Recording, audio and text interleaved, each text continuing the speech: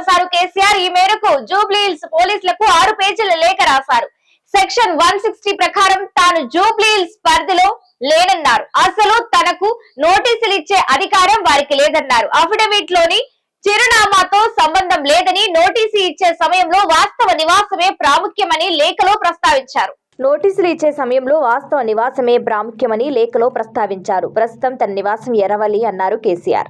ఇంటి గోడలపై నోటీసులు అంటించడం సరికాదన్నారు కేసీఆర్. ఇది తన గౌరవానికి భంగం కలిగించడమే అన్నారు. ఇందుకు సంబంధించిన పలు కేసుల్లో కోర్టులు ఇచ్చిన తీర్పులు, ఉత్తర్వులను కేసీఆర్ లేఖలో ప్రస్తావించారు. హరీష్ రావు అఫిడవిట్ లో సిద్దిపేట అడ్రస్ ఉందని, కానీ హైదరాబాద్ లో నోటీసులు ఇచ్చారని గుర్తు చేశారు. ఇది పోలీసుల ద్వంద్వ వైఖరికి నిదర్శనమన్నారు. సిట్ తీరుపై చట్టపరమైన అభ్యంతరాలున్నా విచారణకు సహకరిస్తానన్నారు కేసీఆర్. సిట్ కోరినట్టే నందినగర్ నివాసంలో సిట్ విచారణకు హాజరవుతానని లేఖలో పేర్కొన్నారు. మొదటిసారి గత నెల 29న నోటీసులు ఇచ్చిన సిట్ తర్వాత రోజే అంటే జనవరి 30న విచారణకు హాజరు కావాలని కోరింది. అయితే ఆ రోజు రాలేనని, మరో తేదీ నిర్ణయించాలని, అలాగే ఎర్రవల్లి ఫామ్ హౌస్ లో విచారించాలని సిట్ ను కోరారు కేసీఆర్. 65 ఏళ్లు పైబడిన వాళ్లు ఎక్కడ కోరుకుంటే అక్కడ విచారించాలన్న నిబంధనను కేసీఆర్ ప్రస్తావించారు.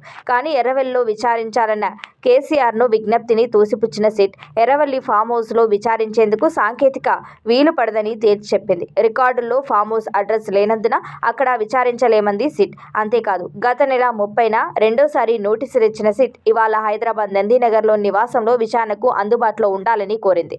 అయితే 2 సార్లు కూడా ఇంటి గోడలకు నోటీసులు అంటించడంపై అభ్యంతరాలు చెప్పారు కేసీఆర్. సిట్ తీరుపై చట్టపరమైన అభ్యంతరాలున్నా విచారణకు సహకరిస్తానన్నారు కేసీఆర్.